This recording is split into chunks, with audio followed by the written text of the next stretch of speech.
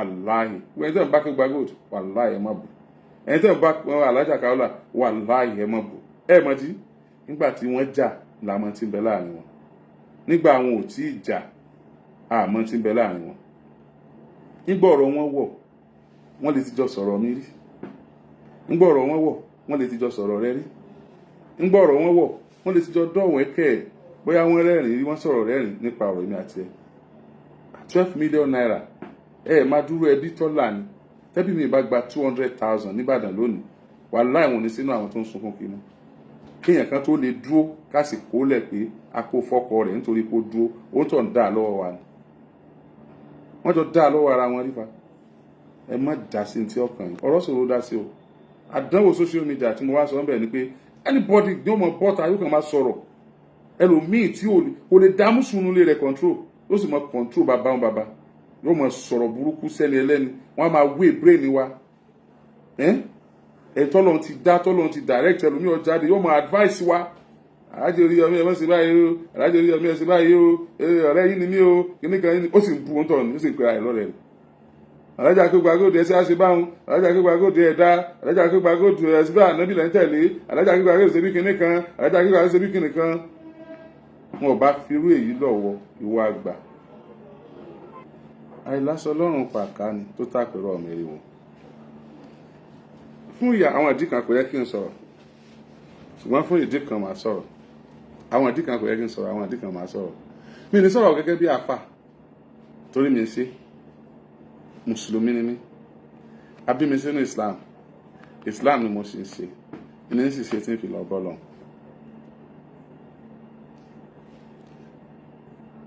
ó yẹ kó máa dùnyàn tíyàn bá rí àwọn kankan tó ń ṣẹlẹ̀ ṣùgbọ́n tó bá ti sọ tẹ́lẹ̀ tó dẹ̀ ti sọ stand tẹ̀ pé pẹ̀lú tó ń ṣẹlẹ̀ yìí ohun tó likely kó padà ṣẹlẹ̀ ni yìí o irú ẹni bẹ́ẹ̀ kò yẹ kó ní dùn. máa sọ àwọn àdìsí kan ṣùgbọ́n tí mo bá tiẹ̀ mọ̀ bí mo ṣe lè sọ gangan ní lárúbáwá tí màá tún wá sọ yorùbá ẹ̀ tí màá sọ mọ̀ràn tí ó dùn mi ní sọ bẹ́ẹ̀ nítorí pé mi ò kí ń ṣe authority. màá sọ àwọn ìtàn kan tó ṣẹlẹ̀ láyé ànábì Muhammad sallallahu alaihi wasallam mi ní sọ bó ṣe yé mi tó nítorí pé inú sọ̀rọ̀ fìlà straight now wọ́n jẹ́ náà torí pé mi ò kí ń ṣe authority màá kàn sọ ni. Number 1 ẹ̀yin àfáà wa ẹ pẹ́ fún wa ìgbà wo ni àwọn bloggers ni wọ́n máa kọyán ẹ̀yin àfáà tí wọ́n máa dèrè bò ìgbà wo ni á dá yín mọ̀ yàtọ̀ sí àwọn blogger kí àfáà wá sórí internet kó máa lo internet kò sábúrú ń bẹ̀ fà internet dá ṣùgbọ́n kí ni àfáà ń lò fún à ń lò as a blogger ni à ń bá ń lò as a preacher a fi ṣètọ́lọ̀ ni àbáwá náà darapọ̀ máa yé ń bẹ̀ ẹnìkan kan ò láǹfààní àti sọ̀rọ̀ ń pa ẹ̀ bẹ́yìn bá sì láǹfààní àti sọ èmi ò láǹfààní torí pé ànábì sallallahu alaihi wasallam sọ pé àníyàn wa lóore jù sí ọwọ́ wa lọ àmọ́ àníyàn tí kálukú fi ń ṣe a lè máa pèèyàn blogger kó má jẹ́ blogger a lè máa pèèyàn láàfà kó má jẹ́ àfà a lè pèèyàn scholar kó má jẹ́ scholar àwọn èèyàn gẹ́gẹ́ àníyàn tí fi wá ń ṣe nǹkan tó ń ṣe yẹn ìní ọ̀sán tẹ́ni yẹn ó jẹ́ kì í ṣe tí àwa ẹ̀dá tí à ń pè é àníyàn tí fi ń ṣe tí ń ṣe yẹn gangan ìní ọ̀sán tẹ́ni yẹn jẹ́ èyí tó sì jẹ́ pé àníyàn tí wọ́n lóore ju sọ́wọ́ wa lọ yìí ọlọ́run nìkan lórí ẹ̀dá òní. now ta ni Alhaja Kaola Alhaja Kafilat Rufai ọmọ bàbá wa Rufai nílẹ̀ Ìbàdàn. ta ni Alhaji wa Akewugbagold Alhaji wa Muhammadu Taofik Akewugbagold ọmọ Akéwùgbẹrú lọ́yọ̀ọ́ Aláàfin òjò pàṣẹ kẹrẹmọdé ọmọ Àtìbà níbi wọ́n ti ń sọ fún lówó kó gbowó tí wọ́n ti ń sọ fún wọ̀fà kó fọfà álẹ̀ àṣẹ kó lè bá àdìjà kó lè bá àdá pọn kọ́ ọmọọba aládé ó lè bá àríjẹ́ ń bẹ̀. Àwọn ni wọ́n gbìgbàdo ọ̀ràn sẹ́yìn kùlé ẹlẹ́yìn kùlé ò gbọ́dọ̀ fàtú àgbàdo ò sì gbọ́dọ̀ mọ́ da kò gbọ́dọ̀ mọ́ yọ ọmọ bẹ́ẹ̀ sì ni kò gbọ́dọ̀ jẹ́ ń bẹ̀. Ẹ̀yin èèyàn wa ṣẹ́ra àwọn méjèèjì ẹ má jẹ́ á ṣe mistake rárá. Ẹ jẹ́ àkọ́kọ́ agree pé èèyàn ni wọ́n, they are human being like us. Gbogbo tí bá sì ń jẹ́ èèyàn nú ayé ló lè ṣàṣìṣe, gbogbo tí bá ń jẹ́ èèyàn nú ayé ló lè kú bì kan, gbogbo tí bá ń jẹ́ èèyàn nú ayé ni ò ní perfect. Ọlọ́run nìkan lọ́ba tó perfect. Ipò ànábì Muhammad sallallahu alaihi wasallam àwọn àfáàfíyé wa wípé Ọlọ́run fúnra rẹ̀ ń ló transform ẹ̀ ń ló operate ẹ̀ tó kó ohun tí ń jẹ́ ìjọmọnìyàn tó lè mú kọsẹ̀ ló kó kó wájú rẹ̀ kó tó di pé ó dà ànábì. Ṣé ẹ̀ tún gbàgbé wípé kí ànábì sallallahu alaihi wasallam kó lè rí sẹ́jẹ́ kó má bàa kọsẹ̀ lára bàbá Ọlọ́run pa bàbá ẹ̀ kó tó dáyé, kó má bàa kọsẹ̀ lára ìyá Ọlọ́run pa ìyá ẹ̀ kó tó gbọ́njú.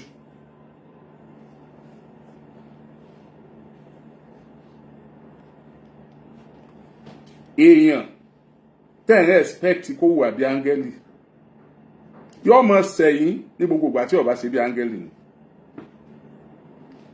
Sáńgẹ́lì ní Kaola ni, sáńgẹ́lì l'Akeugbagold ni, sáńgẹ́lì làwa ni. Ọlọ́run nìkan ló pé tán.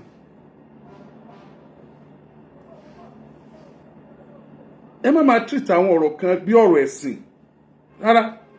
Ẹ má treat ẹ̀ bí ọ̀rọ̀ ẹ̀sìn because it was not started as a religion matter. It is their relationship.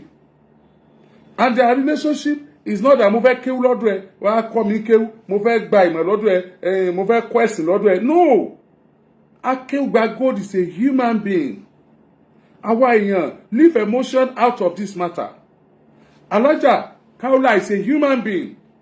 Leave emotion out of this matter.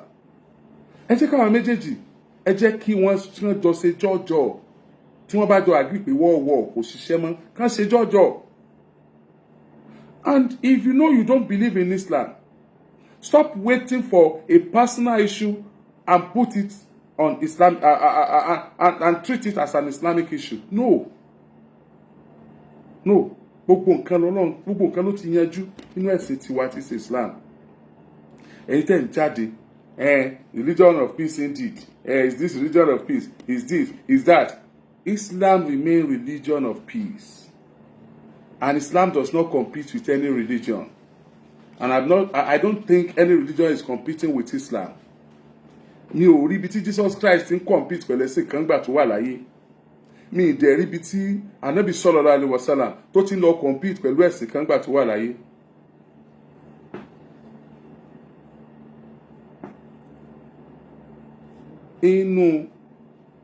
Nígbà tí àwọn káfìrí wá bá Ànábì Muhammad sallallahu alaihi wasallam pé tọ́ jájọ máa ṣẹ̀sìn rẹ̀, tá a bá jọ ṣẹ̀sìn rẹ̀ díẹ̀ ká tún jọ ṣe ẹ̀sìn tiwa náà.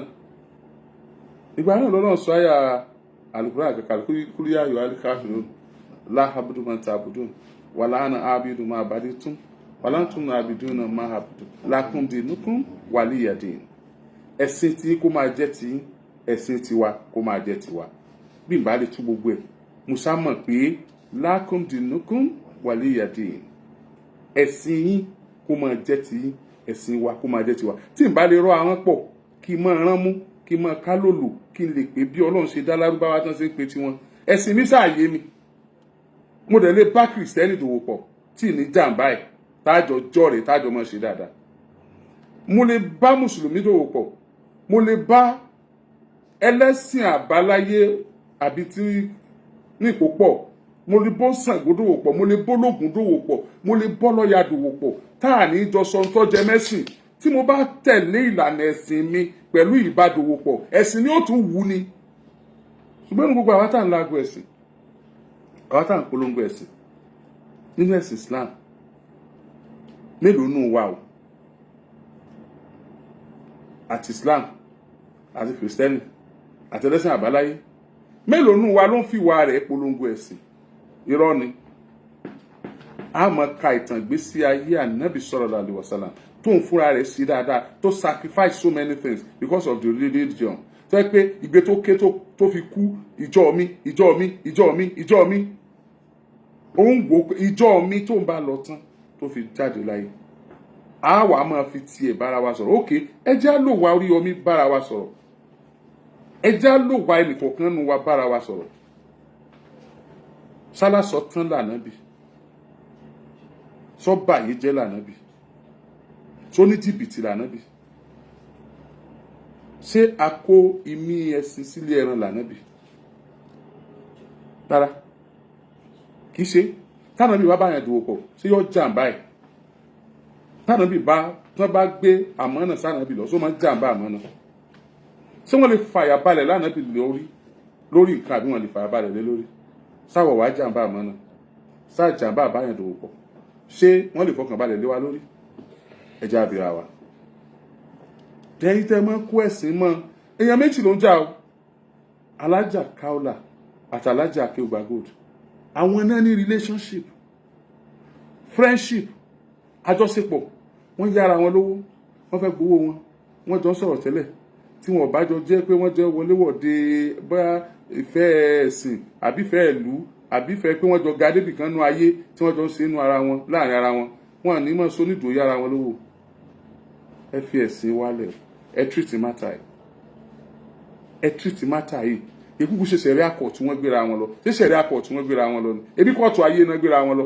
fún àwọn méjèèjì náà nígbàgbọ́ nínú sẹ̀rí àkọ́ náà ẹ̀sìn yìí àwọn méjèèjì wọ́n máa kọ́ wa lẹ́sìn nítorí mú wọn tó fi lọ sí kóòtù ayé ọ̀rọ̀ ayé náà ń jà sí yẹn kó ṣe sẹ̀rí àkọ́ náà lọ náà wọ́n ń jókòó sẹ̀rí àlọ́jàba wọ́n ń jókòó sẹ̀rí àkáàkiri wọ́n lọ sí sẹ̀rí àkọ́ tí wọ́n sì pọ́rọ̀ ẹ̀sìn náà sọ leave our religion alone àwọn kankan máa ń fọyàn lórí kò dá àwọn òbí lẹ́jọ́ bàbá kí wọ́n bú bàbá àwọn kọ́ mọ̀ bú bàbá bàbá nítorí ọba ti fẹ́ kí wọ́n bú bàbá àwọn kọ́ mọ̀ bú bàbá bàbá ẹ jẹ́ ká address matter yìí leave religion kò sí tó burú ká bá Alhaji Akewugbagold sọ̀rọ̀ Saheed Òṣùpá ìgbà téèyàn ṣẹ̀ tí ó sì fẹ́ tẹ̀lé òfin orílẹ̀-èdè Nàìjíríà ó gbé ẹni tó ṣẹ̀ lọ sí ilé ẹjọ́ ó detain ẹni tó ṣẹ̀ àwọn èèyàn dẹ̀ bẹ̀ Saheed Òṣùpá sì gbà pé ok nígbà tán ti bẹ̀ mí ó ti tán mo sọ ọmọlúwàbí mo kú òǹbẹ̀ yá ó dẹ̀ kú òǹbẹ̀ ó dẹ̀ release ẹni ẹ lọ ẹni ẹ ṣe dáadáa sí lẹ́yìn ìgbà yẹn kò ṣe dáadáa sí lẹ́yìn ìgbà yẹn kò sẹ́ni tó béèrè mọ́ ó dẹ̀ láyé ẹ lọ ẹni ẹ náà láyé ẹ lọ Saheed Òṣùpá is a Muslim ọmọ tó bá jọ nìkan náà àmẹ́sìn ẹ̀ àmọ́ tí kálukú ń ṣe so ẹkúnrẹ́tà treat wọn ní bọ́ọ̀lù ṣe dá wọn why the religion why ẹ fẹ̀sìn ilẹ̀fẹ́ lẹ́sìn ẹ jẹ́ kálukú ọmọ láyé ẹ̀ lọ èyí tí àwọn èèyàn bá ti ń ṣẹ̀ ẹ bá wọn wí pẹ̀lú tẹ́ fi ṣẹ̀ lódodo àwọn méjèèjì jẹ́ ẹlẹ́sìn tó gbé ẹ̀sìn lọ́wọ́ so I expect àwọn nǹkan kan lọ́dọ̀ àwọn méjèèjì disappoint ara wọn disappoint wa kò yẹ kó tó bẹ́ẹ̀ yẹn kankan oríṣiríṣi lẹ́ ń sọ bọ́ ẹ má fẹnu àbùkù sọ̀rọ̀ ẹ̀sìn kankan ẹ má fẹnu àbùkù sọ̀rọ̀ Islam ẹ má fẹnu àbùkù sọ̀rọ̀ Kristẹni ẹ má fẹnu àbùkù sọ̀rọ̀ ẹ̀sìn kankan ẹ jẹ́ kálukú máa ṣẹ̀sìn ẹ jẹ́ máa treat àwọn ọ̀rọ̀ tó bá wà ńlẹ̀ ní bẹ́ẹ̀ Alhaji Akewugbagold ní mọ̀ bóyá àwọn èèyàn ti bẹ̀yìn ṣáájú àkókò yìí lákọ̀ọ́kọ́ kí n tó bẹ̀yìn kí nìkan máa ń bí èmi inú tó máa ń dùn mí personally tí mi ò dẹ̀ lè help ẹ̀ téèyàn bá ṣẹ̀ mí àbí èèyàn ṣàbúrú fún mi tí wọ́n wá ẹjọ́ tó yẹ kó lórí ẹ̀ kálukú ń lọ kí wọ́n bà mí inú jẹ́ kì í jẹ́ kọ́rọ̀ yẹn ó tètè tán nù mí ṣùgbọ́n tó wá jẹ́ pé mi mo ṣẹ̀ ni ẹ dá mi lẹ́bi tó wáyé pé mi mo ṣẹ̀ jẹ̀bi lójú ẹni yẹn tó wáyé pé mi mo jàre náà ẹ dá mi láre ẹ dẹ́ni ẹlẹ́bi lójú mi ó ti tán ṣùgbọ́n ká máa fọwọ́ bo ọ̀rọ̀ ẹ ṣáàjà kúrò lórí ẹ̀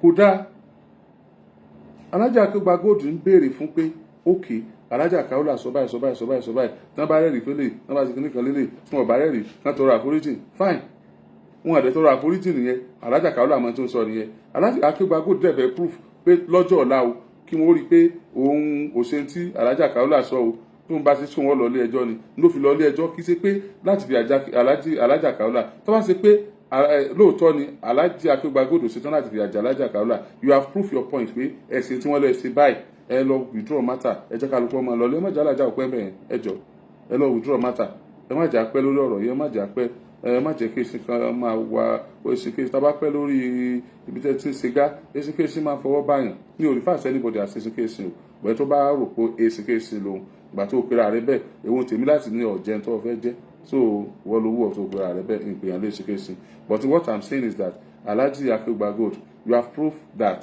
ntàlájà Kaola sọ kò rí bẹ́ẹ̀ ẹ sọ̀rọ̀ kan ẹni pé tí wọ́n bá lọ mú rẹ́kọ̀dù yẹn jáde lọ́jọ́ ọ̀la ńkọ́ pé kí ni àwọn ọmọ yín àtàwọn ọmọ yín generation tó ń bọ̀ kí ni wọ́n máa sọ now àti rí tí àwọn ọmọ yín àtọmọ ọmọ yín tí ń bọ̀ lọ́la ó máa sọ àti pé ẹ fọwọ́ lẹ́rán torí pọ̀rọ̀ yẹn ẹ ṣe lẹ́fi lọ́lé ẹjọ́ ní àwọn evidences ọ̀la náà ẹ ní parẹ́ èmi náà ní parẹ́ Alhaja Kaola náà ní parẹ́ gbogbo àwọn tó ń gbọ́ wa náà ẹ̀yin náà ní parẹ́ àwọn evidences tẹ́ mú ta náà lélẹ̀ tèmi náà sọ àti tí gbogbo àwọn èèyàn ti ń sọ I am begging you ẹ mọ̀ pé mo dá sọ̀rọ̀ yìí ẹ mọ̀ pé mo dá sí ẹ dẹ̀ mọ̀ iye wákàtí tèmi àti ń fìjọ sọ̀rọ̀ láàrin òru lórí ọ̀rọ̀ yìí gbogbo tẹ́ ẹ̀dẹ̀ sọ náà kò sí nǹkan tí kò ṣe ń bẹ̀ mo pe Alhaja Kaola náà I thought she was not in the country that time but there's nothing I could do bàbá ìmáàmù Ìbàdàn àwọn náà gbìyànjú àwọn èèyàn ńláńláńláńlá àwọn náà gbìyànjú fine Ọlọ́run ti ní kó rí bó ṣe rí ẹja kò lórí ẹ̀ pátápátá ẹja kò lórí ẹ̀ oníkálukú máa láyé ẹ̀ lọ Alhaja Kaola káwọn náà má bínú Alhaji Akewugbagold káwọn náà má bínú ẹja kò lórí ẹ̀ ká kò lórí ẹ̀ ká fi ẹ̀sìn ìdìbò ìta fi máa ń stress ọ̀rọ̀ tó ẹ̀sìn yẹn gan ó ti pọ̀ jù and stress ẹ̀ gan wagun ọ̀fẹ́ àfẹ́ lálàáfíà mọ́ lọ títí bá a ṣe ń stress ẹ̀sìn yẹn ẹ jẹ́ ká lálàáfíà let's have peace ẹ jẹ́ ká lálàáfíà láàrin ara wa mi ò sọ pé ẹni tí wọ́n bá ṣẹ̀ kó má bínú Christians ni tí wọ́n ṣẹ̀yàn kó má bínú pé ó yẹ kó bínú kó má bínú you know me I won't take that tí mo bá ti sọ bí tá a bá ti sọ náà ló ti tán I don't have any space here in my heart to keep grudges but you will not go I will spell it out for you before you leave me so if you like take it if you like don't take it anybody there mọ ibi tó lè gbọ́rọ̀ gbà tọ́rọ̀ bá dùn so I don't blame anyone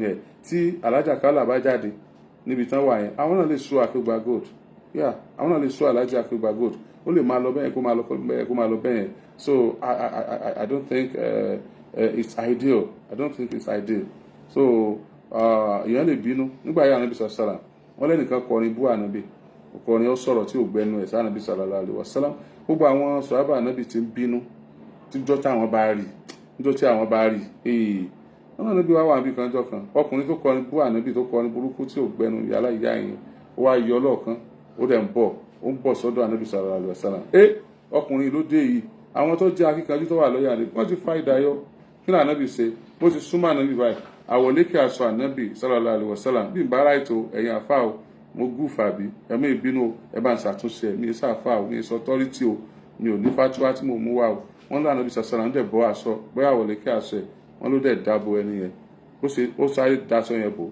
wọn àdẹ ní máa na onítọ̀hún wọ́n máa na aṣọ Ànábì mọ́ lára for that reason wọ́n kálukú kí da ẹ̀bà pọ̀ ó wá ṣẹ̀ṣẹ̀ tó ń kọrin tó fi yin Ànábì sallallahu alaihi wasallam kí ni mo fẹ́ ká mú yọ ń bì tí kì í bá ṣe pé ìbínú wà nígbà náà Ànábì ò ní sáré daṣọ ẹ̀ bò ó mọ̀ pé tí wọ́n bá ṣẹ̀yàn èyí ó bínú ni Alhaja Akewugbagold ọba bínú àwọn ọmọ wọn wọn máa rìn pẹ̀lú ìtìjú inú wọn máa bàjẹ́ Alhaja Akewugbagold ọba Alhaja Kaola tí wọ́n bá sọ̀rọ̀ yóò máa dùn wọ́n wípé wọ́n ṣerú nǹkan báyìí fún àwọn so àti Alhaja Akewugbagold àti Alhaja Kaola ẹ má gbàgbé pé ẹ̀yin méjèèjì ọmọlúàbí ni yín láwùjọ tẹ́ ẹ̀dẹ̀ jẹ́ àmúyangàn ẹ̀yin méjèèjì náà lẹ̀ ń kó ìyà Agodi nígbà wọ́n tì mí má Agodi tí ẹ bá yanjú ọ̀rọ̀ yẹn títí mo fún ẹ̀yin méjèèjì ní òní Tuesday Wednesday Thursday ẹ mọ̀ tí ẹ jẹ́ ń sọ Alhaja Kaola gbọ́dọ̀ wá kí Jímọ̀ níta lọ́jọ́ Friday Alhaja Akewugbagold I don't care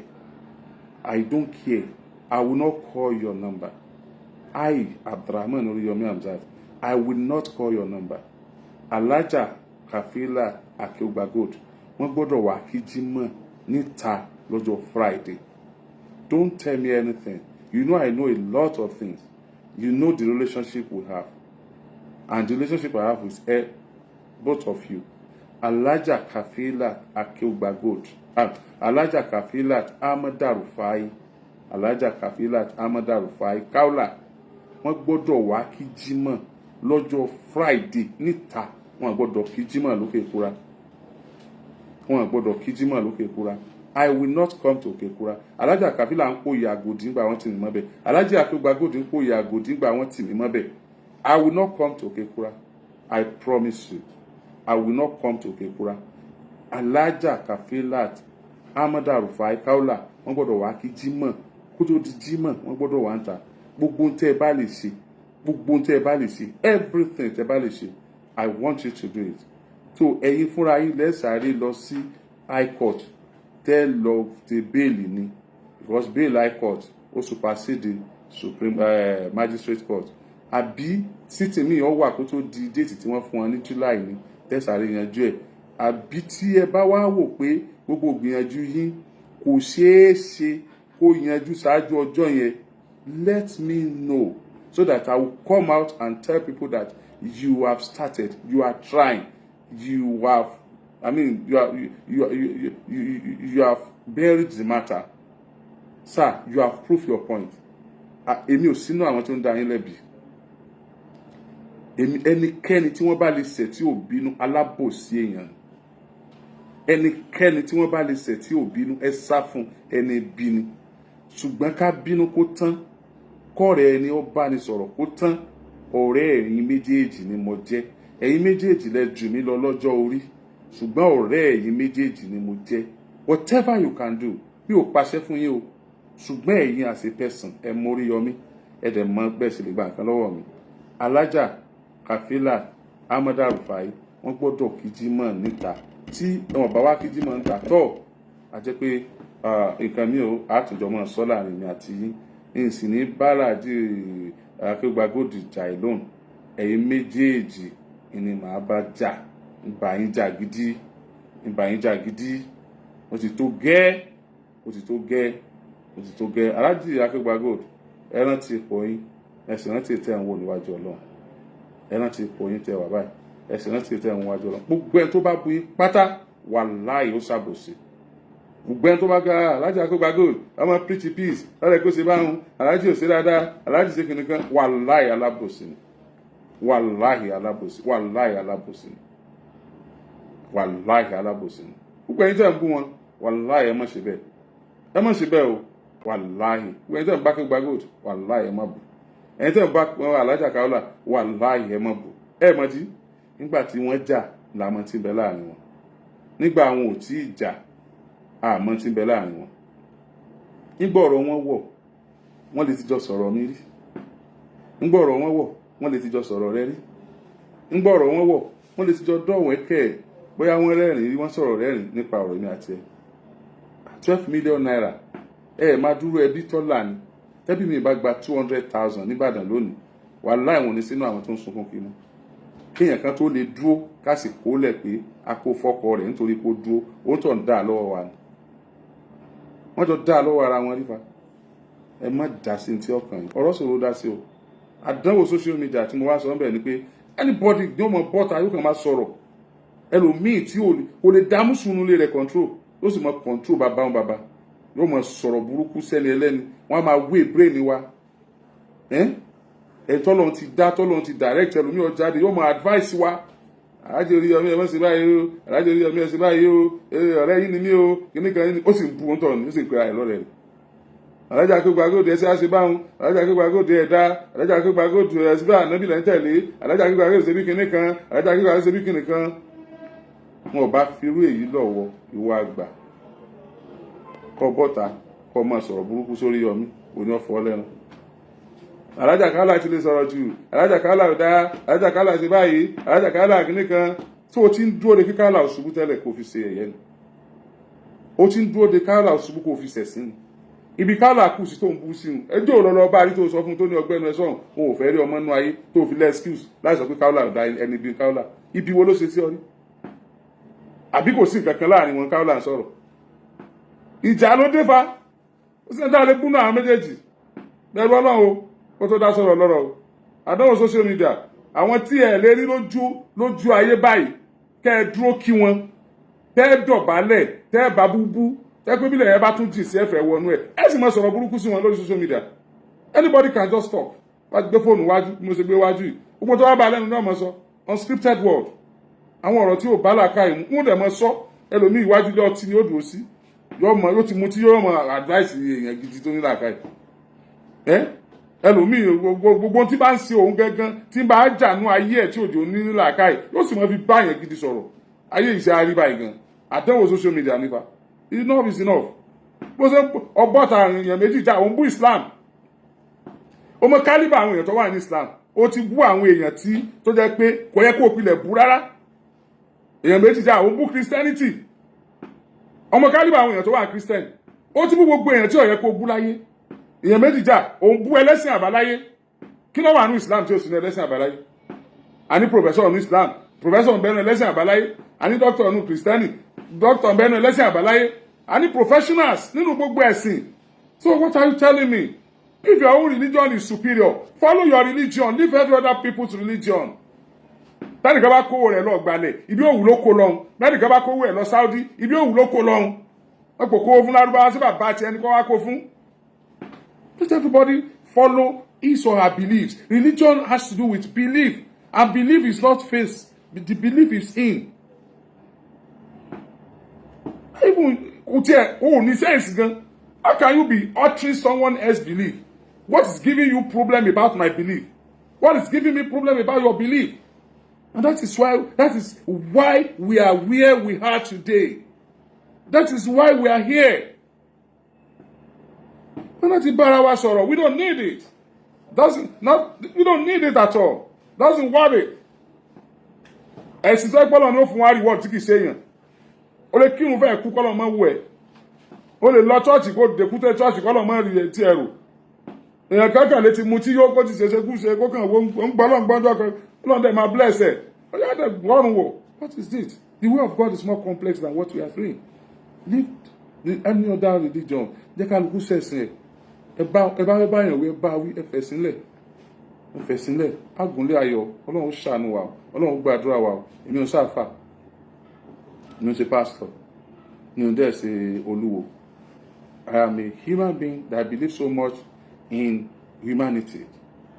Whosoever you are, whatever beliefs you have, I am Abdurrahman Oriyomi Hamzat. I believe so much in humanity.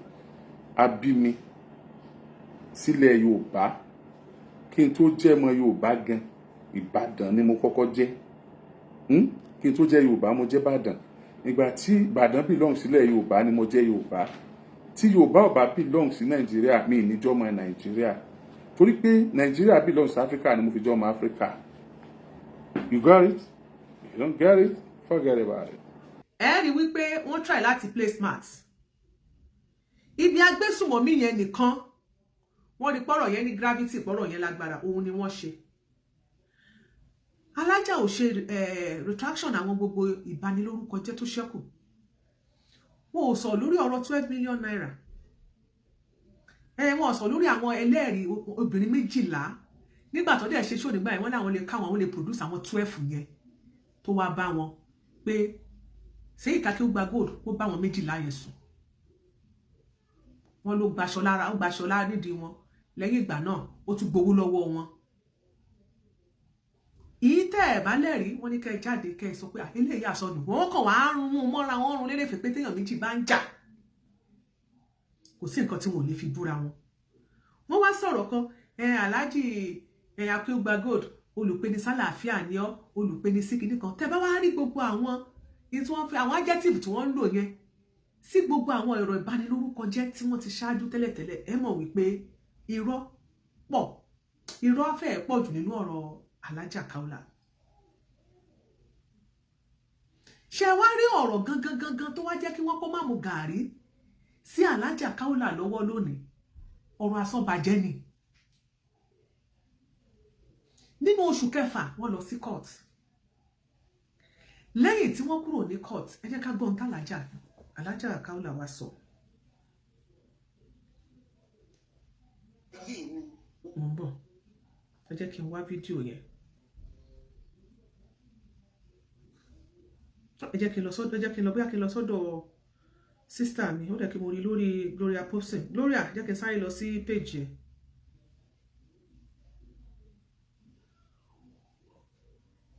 Jẹ́ pé wà lórí Gloria posting. Page ẹ̀ dẹ̀ ti wá pọ̀ sí yìí o. Ṣé mi number 1 ló wà àbí Gloria posting hub 1 àbí 2 àbí bó láti máa rí? Ẹ jẹ́ kí n lọ sọ́dọ̀ ẹ̀ straight. Ó wà níbí náà but ẹ jẹ́ kí n wò náà. Ẹ jẹ́ kí n gbìyànjú nílé náà. Àwọn nǹkan tó bá ṣẹlẹ̀ lóòótọ́ embarrassment ti ní irú ẹ̀ rí. Okay. Ẹni tó jẹ́. Hey, boss lady. Nínú kóòtù. Ìyá ìbejì ẹ jẹ́ kí káwọn ẹ jẹ́ kí ẹni sùúrù Alhaja Kaola ẹ jẹ́ kí ìyá mi dáadáa. Hey, TMS ẹ jẹ́ bá mi kí yèyé double yèyé. Ẹ bá mi kí yèyé Dorcas. Adeyinka, thank you so much. Thanks for joining us.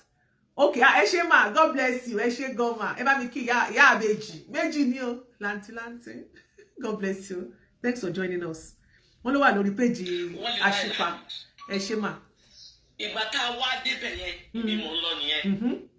Appreciation ni mò ń ṣe, mo fi máa appreciate but àwọn nǹkan tó bá ṣẹlẹ̀ lóòótọ́ embarrassment ti ní irú ẹ̀ rí mo kàn ní kóòtù. Ẹni tó jẹ́ adájọ́ nínú kóòtù yẹn n tó ọkọ sọ ni pé I don't know you and I don't want to know you. I don't know you from Adams. I don't know you. I don't know your name. I don't know anything about you. Mo wá ń wò báyìí mo ní it's not strange. Kò lè dùn mí pé o mọ̀ mí. Torí pé o lè jọmọ àwọn ẹni eré kó jọmọ ìpìlẹ̀ kó o ní bíbí kó o lóò mọ̀ mí. Adájọ́ tí wọ́n gbé ẹjọ́ lọ tó máa dá ẹjọ́ Alhaja Kaola. Alhaja Kaola tún dé láti kóòtù lóṣù tó kọjá. Ó wá ṣe show fàdájọ́. Ó wá ń sọ nínú show yẹn wípé adájọ́ kó bá ní bíbí ire wọn kò lè ní bíbí ire kò lè ṣe nìkan kó lóhun ò mọ̀ òun. Adájọ́ ló ń bá wí bẹ́ẹ̀ o. Adájọ́ ló ń bá wí bẹ́ẹ̀ o. I don't know your name. I don't know anything about you. Mo wá ń wò báyìí mo ní it's not strange. Kò lè dùn mí pé o mọ̀ mí. Kò lè dùn mí pé o mọ̀ ní adájọ́. Torí pé o lè jọmọ àwọn ẹni eré kó jọmọ ìpìlẹ̀ kó. Tó lò lè jọmọ àwọn ẹni ire. Ẹ gbọ́ Yorùbá yẹn o. Adájọ́ ló bá wí o. Torí o lè jọmọ àwọn ẹni ire kó jọmọ ìpìlẹ̀ kó lò mọ̀ wọn Alhaja Kaola. Who is Alhaja Kaola? Níwájú adájọ́. Alhaja Kaola bóyá ẹ mọ̀ tí wọ́n pè ní Ìyámọ̀pó. Obìnrin tẹ́ máa ń rí yẹn. Ẹ jẹ́ kí n wò bóyá mo ní logo yẹn bí. Mo ní logo yẹn lọ́wọ́ mi. Ó dẹ̀ kókó sí nínú logo. Ẹ rí pé màmá tẹ́ rí yẹn. Ẹ rí pé wọ́n blind ojú ẹ̀. Wọ́n blindfold ojú ẹ̀. Wọ́n sọ fún yín wípé nínú ẹ̀ka ètò ìdájọ́ wọn ò mọ̀yàn kankan. Mo fẹ́ wò mi ò ní kíní yẹn bí bóyá àwọn ọmọ mi ti fi ṣeré. Mo bá fi hàn yín. Tí ẹ rí tó ṣe gbé dání yẹn. Wọ́n blindfold yẹn obìnrin yẹn. Ó wá mú idà dání àti kí ló ń pè náà ṣé òṣùwọ̀n. Ó ń sọ fún yín wípé adájọ́ ò mọ̀ kò anybody.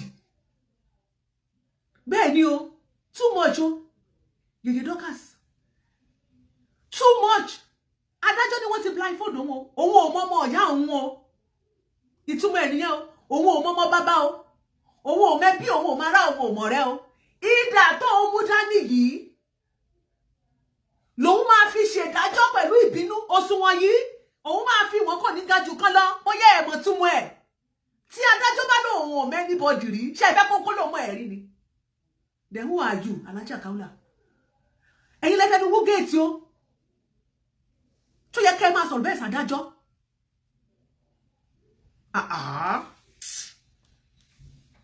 Almatin exclusive.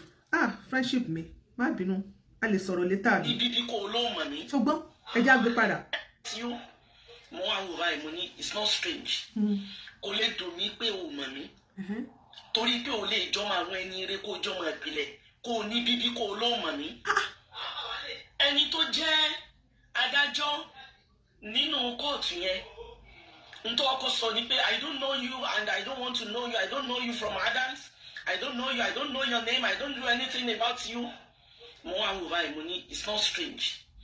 kò lè dùn mí pé o mọ̀ mí torí pé o lè jọmọ àwọn ẹni eré kó jọmọ ìpìlẹ̀ kó o ní bíbí kó o lóò mọ̀ mí. adájọ́ ò ní bíbí. ẹni tó jẹ́ adájọ́ nínú kóòtù yẹn ntọ́ ọkọ sọ ni pé I don't know you and I don't want to know you. I don't know you from Adams. I don't know you. I don't know your name. I don't know anything about you. Mo wá wò báyìí mo ní it's not strange. ẹ wọ́n ṣe ń rìn kò lè títì. dùn mí pé o mọ̀ mí torí pé o lè jọmọ àwọn ẹni eré kó o jọmọ ìpìlẹ̀ kó o ní bíbí kó o lóò mọ̀ mí. Nígbà ọlọ́wọ́ wà kẹ́mi pátápátá Sheikh Labib Lágbàjì wá dé. àwọn tó mọ̀ dé. Ìgbà Sheikh Labib wọ́n kọ́kọ́ fún mi pé recommendation láyé n tó sọ ni pé ẹni tẹ ẹ mú tẹ ẹni tó dúró yìí tẹ ẹni ọ̀ka tẹ ẹni ọ̀gbọ́dọ̀ jókòó yìí tó dúró yìí mọ́ ni ọmọ ìpìlẹ̀ ló dúró yìí. ọmọ ìpìlẹ̀ ẹ dákun alájì àbí àfà Lábìbù àbí alájì Lábìbù àwọn wá dà lónìí alájà Kaola àwọn tó dá yín mọ̀ tán lẹ́ni tó dúró yìí pọ́mọ tó ní bíbí ni bẹ́ẹ̀ ni wọ́n fún ní recommendation tó ṣe kí ni tó powerful ṣágbára àwọn wá ká ẹ sọ̀rọ̀ ojú ìyá wa ọ̀rọ̀ yìí ti pọ̀ jù àní tá a bá ẹ jẹ́ ká máa gbọ́ òórùn ọ̀rọ̀ ká tó sọ jáde síta ẹ jẹ́ ká máa fọ̀rọ̀ ọ̀run etí wò ṣó ó dùn ó ti ẹ̀ta sánsán ṣó ṣe é gbọ́ sétí. ọmọ àwọn ẹni ire ló dúró yìí. ọmọ ẹni ire. ọmọ àwọn tó nítumọ̀ nú ayé ló dúró. ọmọ àwọn tó nítumọ̀ nú ayé. òun fúnra ara rẹ̀ ẹni Ọlọ́run wá kà sí láyé ni ẹni Ọlọ́run kà sí láyé. ẹni sùúrù. ìgbà tó wá délé ẹjọ́ lónìí ohun tá a gbọ́ ni wípé ọ̀rọ̀ tálájà sọ yìí wọ́n ní wọ́n pè é níwájú ilé ẹjọ́ fádájọ́ adájọ́ tí ò ní bíbí ire adájọ́ tí kìí ṣe kò ní pìlẹ̀ adájọ́ kì í ṣe àwọn ọmọ ẹni ire lòun náà bá gbọ́ fídíò tí wọ́n play adájọ́ ò tiẹ̀ tí gbọ́ gbogbo àwọn àlàyé tó kù ló bá ní tọ̀ kò sí wàhálà ẹ jẹ́ kó tiẹ̀ kọ́kọ́ máa lọ sí òkè kúránù kọ́ lọ fi sí rìmáàlì tó bá dẹ̀ di lọ́la wọ́n ẹ̀ṣẹ̀ wá máa gbọ́ gbogbo ohun tó bá ṣẹlẹ̀ ọ̀rọ̀ bẹ́ẹ̀lì kan kò sí bẹ́ẹ̀ lónìí kó tiẹ̀ kọ́kọ́ máa lọ síbẹ̀ náà tí o kó tiẹ̀ lọ sún ẹ̀wọ̀n báyìí kì í tí ì ṣe kéèsì Akewugbagold kì í tí ì ṣe ti bàbá Akewugbagold ló fẹ́ lọ torí ẹ̀sùn rìmáàndì sí ṣe ọ̀pá adájọ́ tó sọ pé wọ́n mọ̀yàn rí tẹ́lẹ̀tẹ́lẹ̀ ẹ jọ nítorí ìtọ́ náà gbogbo ẹ̀yin tí ẹ̀ ń gbọ́ wa ẹ jẹ́ ká máa kẹ́kọ̀ọ́ lára gé ọ̀pọ̀tọ́ àwọn ọ̀rọ̀ tá máa sọ jáde lẹ́nu ẹ jẹ́ ká máa wà very careful pẹ̀lú ẹ̀ lọ́jọ́ kìíní àná tí mo ṣètò tí mo ń pe àkíyèsí alájà Kaola sí ètò pé gbogbo àwọn nǹkan tó ń sọ ló ti pọ̀ jù a rí àwọn kan tí wọ́n jáde síta tí wọ́n bú mi torí wọ́n ní igun ọ̀rọ̀ pé igun dẹ̀ ọ̀rọ̀ tó dẹ̀ wà lẹ̀ tí a bá fẹ́ràn ara wa ó yẹ ká máa bára wa sòótọ́ ọ̀rọ̀ bẹ́ẹ̀ nìkan bá ń ṣe nǹkan tó kù díẹ̀ káàtó ó yẹ ká máa pàkíyèsí ẹ̀ sí ajaja ṣe rí ẹnu yìí ọlọ́mọ jẹ́ kéèyàn fẹnu wú géètì ẹnu yìí olúbọ̀bọ̀ tìrìbọ̀ ẹnu yìí ó yẹ ká máa ṣọ́ àìbọ́ ẹnu alájà Kaola olófìyà jẹ ẹ wo ọ̀rọ̀ tó dẹ̀ wà nílẹ̀ íńtánẹ́ẹ̀tì ò ní gbàgbé láíláí pé wọ́n kó má mu gàrí sí lọ́wọ́ bó jáde lọ́la tó tiẹ̀ ṣe gbajúmọ̀ bó bá sọ̀rọ̀ tàìsàn sẹ́nì kan wá ní ìwọ wò wọ́n tó kó má mu gàrí sí lọ́wọ́ nǹkan tó lè avoid ní rádà nǹkan tó lè avoid kó má jẹ́ kó ṣẹlẹ̀ ni nǹkan tí lọ́ọ̀yẹ̀ lè advice ẹ̀ lé lórí pé no madam this is what to do please lọ́ọ̀yẹ̀ lè sọ immediately tó ṣe ṣó yẹ tá a bá rí àwọn èèyàn gidi lórí platform ẹ̀ ló yẹ kán ti advice ẹ̀ pé alájà ọ̀rọ̀ tẹ̀ ẹ̀ sọ kò yẹ kẹ́ ẹ sọ delete the video immediately ṣe bá ráwọn èèyàn wa tó máa ń ṣe fídíò gbà mí tó bá láwọn èèyàn pípé ọlọ́pọlọ pípé lórí platform ọ̀tẹ́ pé immediately wọ́n máa pe àkíyèsí ẹ̀ pé no síra ẹlòmíì máa pè wọlé wọ́n á pe àwa tá à ń ṣètò pé lágbájá nǹkan tẹ́ ẹ̀ sọ yẹn má sọ bẹ́ẹ̀ mọ̀ wà á dẹ̀ sáré sọ pé allegedly ni o mi ò rí lè sọ pé wà sáré yìí tàbí immediately bóyá sọ yẹn wà mú show yẹn immediately wà sáré delete ó ṣẹlẹ̀ dáadáa ṣe àwọn ará wọn tó lè pe àkíyèsí Alájà Kaola lórí péèjì wọn ṣùgbọ́n mo sọ fún yín mo ní iṣẹ́ náà tó bá ti sọ pé nìṣó máa lọ tó bá pé máa jó lọ mọ òun ẹ̀yìn rẹ máa jó lọ mọ òun ẹ̀yìn rẹ mo ní wọ́n máa bà tèèyàn jẹ́ ni tó bá ti rí gbogbo àwọn kinní yẹn tó àwọn lórí àwọn tó dára àwọn crowd lórí àwọn èèyàn tó ń ṣe ẹ̀ tí wọ́n dùn tó ń ṣe emoji love and like wọ́n ṣe gbogbo ẹ̀sùn ẹ̀ wọ́n ṣe dancing máa wà very careful tó máa ṣọ́ra ẹ̀ because wọ́n lè tìyàn pa má jẹ́ kó intoxicate àsìn pé bóyá orí ẹ̀ wá máa wú bí tán because at the end of the day tí wàhálà bá ṣẹlẹ̀ you will see nobody they will run away they will tell you sọ fún náà kò kí ń gbọ́ràn ní wọn ọ̀dẹ̀ míì wà wọn sọ fún ẹ àwọn tó bá ń sọ fún wọn gbà míì gan wọn máa mú wọn lọ́tàá ẹ ti sọ̀rọ̀ jù mi ò gbọ́dọ̀ parọ́ èyí tẹ́ jẹ́ fámílì Alájà Kaola ò gbọ́dọ̀ dàgbà má ṣe bá wí ẹ máa kọ́lẹ̀ tó ọ́ dà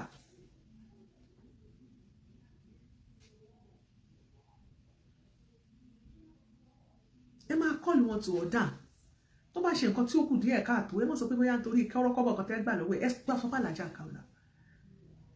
Alájà Kaola an apology and a retraction ní nǹkan tí wọ́n béèrè lọ́wọ́ yín bọ̀ ẹ ò ṣe tagbésùmọ̀mí ibẹ̀ nìkan òun lẹ sọ pé agbésùmọ̀mí ẹ wá fàájì àti pé àwọn yòókù ẹ mọ̀ pé nǹkan tá a bá rí ala lè fi búra wa ṣé lóòótọ́ ṣé ẹ ní evidence lọ́wọ́ ṣé proof wà pé lóòótọ́ wọ́n fa àké sí gbẹ́rẹ́ ìjẹ́rìí máa jẹ́ mi ìṣó wà tó nígbà tẹ́ bá ti ń fèèyàn gbogbo àwọn tẹ́ máa fi ń ṣẹlẹ́rìí òkú lẹ fi ń ṣẹlẹ́rìí ẹ ò fa láàyè ṣẹlẹ́rìí ẹlẹ́ni tó tẹ̀lé wọn wá tí wọ́n jọ sí ẹyin fún yín igbá kan ọlẹ́gbọ́n ti kú báyìí ẹlẹ́ni tó wà ń bẹ̀ nígbà tó sáré wọlé nígbà tí kinní kan ṣẹlẹ̀ obìnrin tó ń tẹ̀lé yín nígbà yẹn ẹ̀yà kinní kan tẹ̀sílẹ̀ kí ló lóbìnrin yẹn jẹ́ ẹlẹ́hùn náà ti kú ẹ̀ ń fòkú ẹ fi díẹ̀ rí ọ̀rọ̀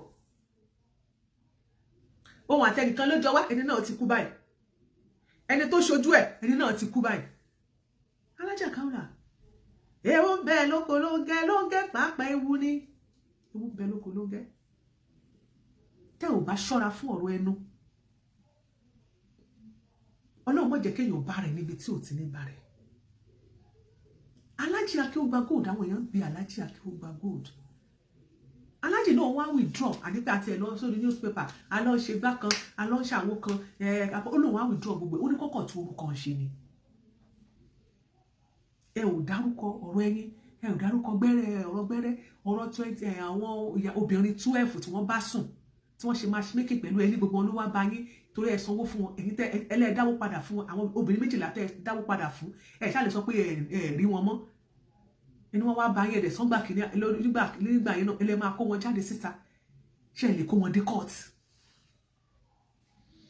ìgbà tẹ́ ẹ bá mọ̀ pé gbogbo kìíní lára lẹ́wọ̀ èmi mọ̀ pé lára àjàlẹ̀ yín wà téèyàn bá ń bá yàn jà a lè máa sọ̀rọ̀ ara àjàlẹ̀ yín wà ṣùgbọ́n tó bá ti di ọ̀rọ̀ ṣẹ́rí ọ̀tọ̀ ní ká búrúyàn àwọn èèyàn ó rẹ̀ pé àwọn èèyàn máa ń mix it up ká ṣépè fún yàn ká sọ̀rọ̀ fún yàn kí nìkan nǹkan ọ̀tọ̀ ni ọ̀tọ̀ làràbù àràbù dẹ̀ ní grade àràbù ní grade àràbù míì wà àwọn àràbù fún ẹ báyìí wàá fojú fò àràbù míì wà tó bá rà fún yàn tó mọ̀ pé ó rà fún yàn you have to apologize to that person from the bottom of your heart ìyẹn gan ni wọ́n gan máa fi ní ìdáláre nínú ọkàn pé Ọlọ́run mo dúpẹ́ o ṣé for giving me the grace to apologize to this person from the bottom of my heart kò dẹ̀ confess ẹ pé nǹkan tí mo sọ nípa alágbájá àràbù ni o wàláì kò sí bínú ṣe lè bí ẹni yẹn tó ó máa padà yọ́nú sí ẹni by doing that Ọlọ́run Elédùmarè gan ti yọ́nú sí ẹ by doing that wàá rí pé gbogbo tó bá tọrọ lọ́wọ́ Ọlọ́run àdúrà tó bá ń béèrè Ọlọ́run á máa ṣe ìtẹ́wọ́gbà fún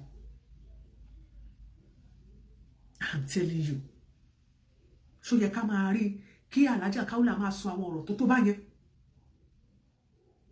kó o dẹ̀ máa pé wà láìtàláì mo dẹ̀ ó sọ fún yín lórí ètò lọ́jọ́ níwọ̀n ẹ̀rọ Alájà Kaola mo mọ̀ Alájà Kaola láti Ìbàdàn mo ti mọ̀ Alájà Kaola mo mọ̀ Alájà Kaola nígbà tó kọ́kọ́ wájọ́ ìwà ní broadcasting láyé rédíò Nàìjíríà mọ̀ ti pẹ́ gbà náà àti lédè kan báyìí tó jẹ́ aṣẹ́ níkẹ́ àbí nǹkan Alájà lédè máa wá látẹ̀kọ̀ báyìí gbà ni mo ní mo mọ̀ Alájà Kaola wà tó tó wá bá wa ó wá bèmí àti Ṣeun Adébóyè ní NC Ìbàdàn gbà náà tó ilé tá a bá ti parí lẹ́yìn tá a bá ti parí Fẹ̀sọ̀lọ́gbà ọ̀rọ̀ tí mo sọ bí i 20 something years ago ní tó wá bá lẹ́ǹtì yìí gbẹ́lẹ̀ mi àti ẹ ti jọ pé bí a parí show lòun náà wá ṣe show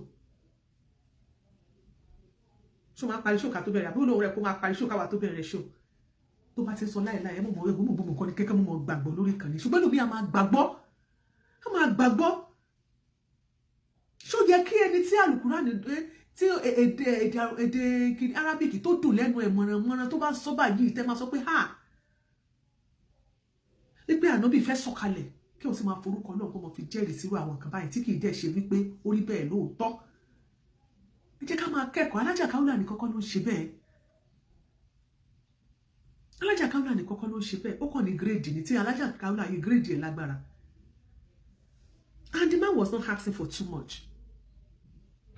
èmi fẹ́ bẹ̀ Alájà Kaola ìdàpọ̀ jẹ́ kó gun omi tọ́rọ̀ yìí bá ti jáde bí kéèsì bá ti di pé wọ́n ti sọ ẹ̀wò nílé ẹ̀wò ṣẹ́ni tọ́rọ̀ bá tẹ̀jẹ́ pé bóyá gbogbo nǹkan tó ṣẹ́ni gbogbo tádájọ́ dé wàláì tẹ́ bá jáde tẹ́ bá ṣe apology and a retraction sọ̀rọ̀ tó wà nílẹ̀ I am telling you àwa máa sọ ṣe Akewugbagold máa kí ó gbẹrú a máa sọ wọ́n lẹ́nu pé kílẹ̀ tó fẹ́ ẹ ò fún wa lọ́rọ̀ sọ ọ̀rọ̀ agbésùmọ̀mí ìbẹ̀rẹ̀ kan lẹ dárúkọ fún wa lọ́rọ̀ sọ káhìtì Alhaji Akewugbagold pé kílẹ̀ tó fẹ́ ẹni yìí ti ṣe retraction now apology ó ti tender apology now ọ̀rọ̀ tí mo sọ gbogbo ẹwọ inú ló bí mi gbogbo àti mo kàn sọ̀rọ̀ pé ọ̀rọ̀ akéyẹ inú ló bí mi kò sọ̀rọ̀ gbẹ́rẹ́ kankan bí kan kò sọ̀rọ̀ kéré kan àsọdùn ní gbogbo inú ló kàn bí mi akànfi ṣe àràbù ni o kẹ́ẹ̀dẹ̀ mention ẹ̀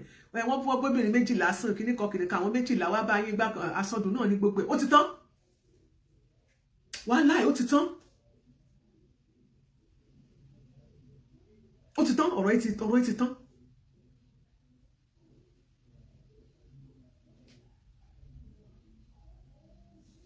Ó dẹ̀ dùn mí ṣá. You and your sister Ṣàwọn you don't take for broadcast. A ti pẹ́ o. Ìgbà tá à ń ṣe fẹ̀sẹ̀ tó gba gan wọ̀. I think fẹ̀sẹ̀ tó gba was even bóyá 2001 bí 24 years ago ní 24 years ago 22 years ago lábẹ́rẹ́ fẹ̀sẹ̀ lọ́wọ́ 24 years ago ni. Ẹ tó bá fẹ́ pèlè pè wọlé o. Ẹ jẹ́ ká gbọ́ ẹ ti advice ẹ bá wa sọ̀rọ̀. Hello Godfather mi. Ali Baba. Chewa. Yes. Àmì o, boss man.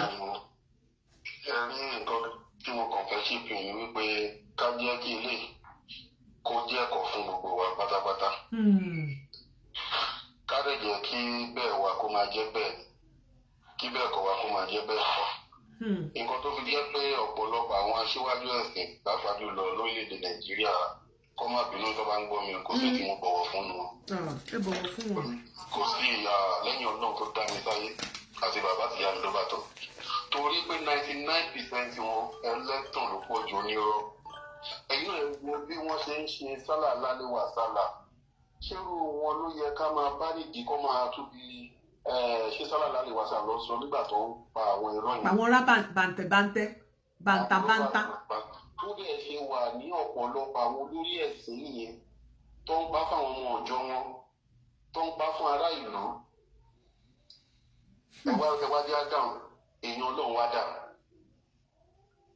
Kò sí èèyàn Ọlọ́run bí ìkọ̀kan mọ́. Lẹ́yìn Alájà Kaola kọ́lọ̀ jẹ́ kọ́ gbọ́. Eléyìí náà nìsín àwọn tọ́tì wọ́n dé wọ́n á mọ̀ lọ́kùn ara wọn. Bẹ́ẹ̀yàn bá ń jàjẹ́ ibi tí wọ́n náà bá ti jókòó nínú ẹ̀ lọ́kùn rẹ̀ pé ìjà tí wọ́n jà ìjà ìbí ni. Wọ́n ní ọgbọ́n ni àgbàlagbà fi ń sá fún màálù. Ó yẹ kí wọ́n náà mọ ọgbọ́n tó máa fi ṣe àtúnṣe. Kò sẹ́ni tí ò kì í jẹ̀bi kò sẹ́ni tí ì ṣẹ̀yàn lẹ́yìn Ọlọ́run bá nìkan. Bí àwọn kan wà lẹ́yìn tó ń sọ pé kò sí àdéhùn bí a máa fi kaskọ́ọ̀sì ni. Ẹ̀ẹ́dẹ̀ rí pé tá àbáṣọ rẹ lọ kọ́lẹ̀ alájẹ wọ́n máa padà máa fi kéèsì pa kaskọ́ọ̀sì lọ ni. Tọ́lá àwọn kan náà àwọn fiction kan wà ní sáwọn náà dákẹ́ tó ń wo táwọn náà fẹ́ gbà yọ. Tó yẹ ká máa ríro ilé ní díẹ̀ sí. Kò yẹ ká máa rí rárá. Ṣé ẹ̀sìn làwọn ará bí gbogbo wọn pátá? Kì máa dàgbọ́n mọ̀ra ṣé ẹ̀sìn náà ṣàbí wọ́n ń ṣẹ̀sìn. Ẹ̀sìn ló kí wọn kò máa wo gbogbo wọn. WhatsApp, TikTok. Ọjọ́ pọ̀lọpọ̀ fẹ́ jẹ. Òun lọ̀pọ̀lọpọ̀ wọn ń wá. Lórí ẹ̀ wá máa parọ́ nínú ìwé ẹ̀sìn ẹ̀ máa parọ́ fáwọn ọmọ ọjọ́. Èmi kàn gbàládùra pé Ọlọ́run jẹ́ kí lè yanjú. àmín. Oníkálukú wa náà tó bá ṣe nǹkan tó kù díẹ̀ káàtó ẹ má jà máa parọ́ kò sí nǹkan tó ń jára nígbà tí bá ti sọ pé ìwé mímọ́ ti sọ pé gbogbo àìṣòdodo ẹ̀ṣẹ̀ ni kí la wá ń wá ń bẹ̀. Tí lágbájá bá gba ilé sílẹ̀ kan sọ fún wọn pé ẹ̀kan ló gba ilé tí má sọ pé ó gba ilé tí olùkọ́ ẹ̀ pàṣẹ. àmọ́ òrùbẹ́ máa ní pé kó kọ tòsí sí ni. Kọ́tò sí ẹ̀ ṣé ọ̀nà àbá wọn lójú ẹ̀ eléyìí náà ká làjà Kaola lọ́gbọ́n. Ok, mẹ́nu ọdún tó lọ́mọ. Ẹ ṣé gan sir, God bless you. Ẹ̀yin tí ẹ bá fẹ́ pè wọlé ẹ̀rọ ìbánisọ̀rọ̀ tẹ́ lè pè wọlé náà ni ẹ máa fi àmì àròpọ̀ àti ọ̀kan síwájú fún ẹ̀yin tí ẹ sí lórí Facebook. Ẹ fẹ́ wà lórí Facebook ẹ mọ̀ bẹ́ẹ̀ tí máa rí. Ẹ̀yin tí ẹ bá dẹ̀ fẹ́ wò wá tẹ́ fẹ́ wá nọ́mbà mi lórí Google wà lórí Google ẹ ṣáà Ìyálájé courtroom phone number ó máa gbé jáde fún yín. Tàbí kẹ́ ẹ pè mí màá ṣe pé ẹ̀yin tó wà lórí TikTok lè máa ń jẹ́ kí a máa fi àwọn Yorùbá sínú torí kọ́ mọ̀ máa fún wa ní ó ti yẹ yín báyìí violation. So ẹ jẹ́ ká mú àmì àròpọ̀ síwájú kí ó kan tẹ̀lé ká wá mú 4297082 ká wá fi parí ẹ̀. So àmì àròpọ̀ àti ọ̀kan ká wá mú 4297082 ká wá tún ṣe kíni ká fi parí ẹ̀ ẹ ti gẹ́ẹ̀tì ẹ̀ báyìí. So bó ṣe rí nìyẹn àwọn èèyàn tí wọ́n godfather wa ti bá wa sọ̀rọ̀ ṣùgbọ́n ẹ má gbàgbé ní gbogbo advice bá bẹ fún Alhaja Kaola a ní láti sọ nípa 12 million naira yẹn owó rẹ̀ pé aspect owó yẹn náà wà very very important because lọ́jọ́ tòní ó yẹ ká mọ̀ pé Nigeria of nowadays ó máa tó jẹ́ ẹ̀kọ́ fún gbogbo èyí tẹ́ mọ́ ń bá yàn dúró ẹlòmíì wá kàn déédéé wá pè ẹnu ilé ni wọ́n fẹ́ lọ sign ìwé kan kó wá lọ ṣòní dúró ìwọ ló send message sí dákun bá mi fún lágbájá lówó sórí tó bá ti kó send message lásán wípé ẹ jọ̀ọ́ ẹ bá mi fún lágbájá lówó àbí pé kó lọ pè kẹ́ni ẹ lọ record voice ẹ̀ sílẹ̀ pé wọ́n lọ ṣòní dúró pé kán fún lágbájá lówó wà láìtàlá ọkọ̀ tó ọṣẹ tó fi wẹra rẹ̀ mọ́ máa hard gan ó máa hard fa tó bá fọ ọṣẹ yẹn gan pàápàá lẹ́yìn tó ti wà nínú ara ẹ̀ tó bá kó sínú odò ẹlẹ́ẹ̀lẹ́ gan kó mọ inú ẹ̀ gan ọṣẹ yẹn ṣì máa wà bẹ́ẹ̀ ni sọ̀rọ̀ 12 million naira náà wà bẹ́ẹ̀ wọ́n lè sọ pé ọkọ Alhaja Kaola ìyẹn dókítà yẹn wọ́n ló tún lọ láti bí ọdún kan báyìí níbo ló wá lọ báyìí wọ́n lọ wọ́n á san gbèsè 12 million. Hello sir ẹ kúrọ̀lẹ́ sir ẹ ti wà lórí ètò ẹ bá wa sọ̀rọ̀ sókè ẹ lọ lórí WhatsApp ẹ jọ̀ọ́ mo wà lórí WhatsApp fún ẹ̀yin tẹ́ wà ní Nàìjíríà ẹ gbé nọ́mbà yẹn sórí WhatsApp tẹ́ bá gbé sórí WhatsApp ẹ máa rí mi bá sọ̀rọ̀ because tẹ́ bá lọ international number ní tẹ́ bá lọ fi nọ́mbà yín pé direct line ó máa jáwó yín gan o ẹ lọ sórí WhatsApp please go to the WhatsApp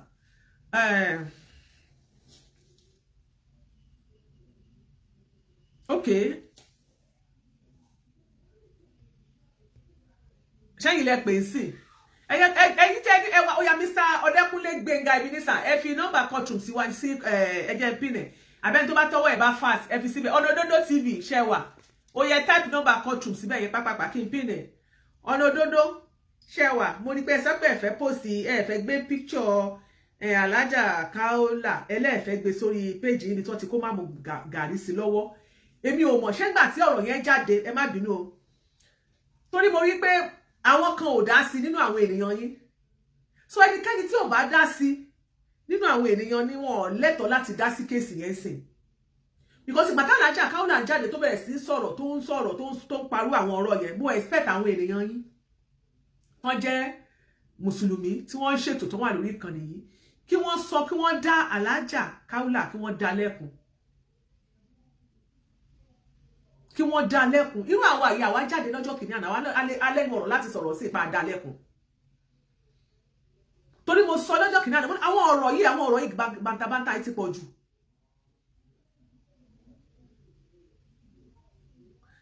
so ẹ̀dẹ̀ ọjọ́ tí wọ́n ti máa ń bú bàbá yìí tó ti máa ń bú Alhaji Akewugbagold kò sí ìwọ̀n tí wọ́n akéwújẹ lẹ́dẹ̀ kò sí orúkọ tí wọ́n ò pè tán kò sí èbú tí wọ́n ò fi bú tán kò sí nǹkan tí wọ́n ò fi bú tán ká ní Alhaji Akewugbagold wọ́n máa ń jẹ́ ẹnìkan tó jẹ́ pé tó bá wúkọ́ sí báyìí yóò ti gbé wọn lọ sí kóòtù ni wọ́n tó dárúkọ ẹ̀ báyìí yóò ti gbé wọn lọ sí kóòtù ni in fact àní kọ̀rọ̀ ìkún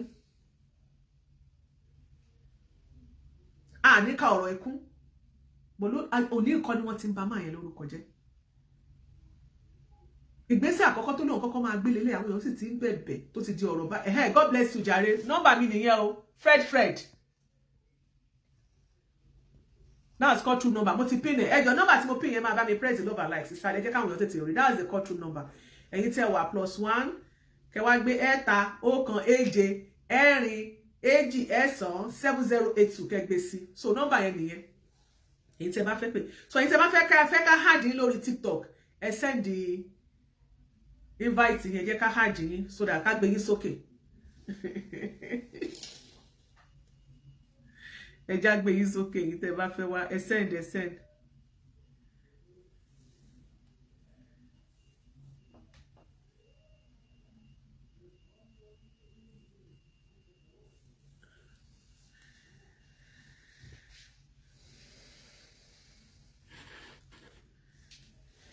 Àwọn èèyàn, yeah. Hey, Godfather. Ìyá alájẹ kí lẹ wá gbé ní òkè òkè. Mo fẹ́ kẹ́ ẹ sẹ́ẹ̀ ní sọ̀rọ̀ ní mo ní kẹ́ ẹ ra gift. Ẹ gift mi ẹni ọ̀rá rẹ̀ ní múṣẹ́múṣẹ́ látàárọ̀. Kí ni irú wa wà á sọ báyìí ní ìsìn ìyá alájẹ?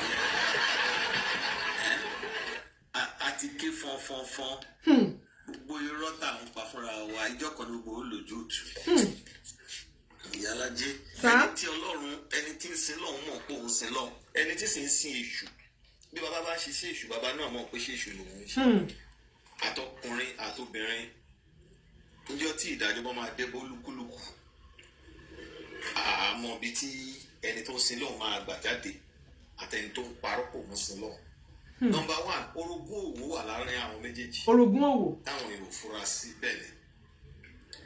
Orogún òwò àkọ́kọ́ yẹn ni pé wọ́n kòyàn lọ Mẹ́kà yẹn. Àwọn méjèèjì náà ń ṣe bísínẹ́sì yẹn. Àwọn tó kọ́kọ́ pa wọ́n pọ̀ nìyẹn. Bọ̀ nígbà yẹn wọ́n máa ń kó ní Alhaji Akewugbagold gan. Wọ́n máa ń káwọn èèyàn fún wọn gan kó fi travel because ọkọ Alhaji Kaola gan dẹ̀ pé ṣé last year before the last àbí ìmọ̀ ọdún yẹn. Wọ́n kó àwọn èèyàn ṣe mọ̀ tó bá fún ní slot wọ́n á ra slot yẹn wọ́n á káwọn èèyàn fún pé káwọn lò kán bá wọn kó travel wọ́n jọ ń ṣiṣẹ́ pọ̀ ni. So ṣe di pé orogún òwò ti wà ń bẹ̀. Wọ́n lè ṣe dáadáa síra wọn. Àwọn ló yé nítorí wá fi débi pé ọkùnrin àti obìnrin fi ń sọ̀rọ̀ fífẹ́ á níbi tí wọ́n ti jọ dì.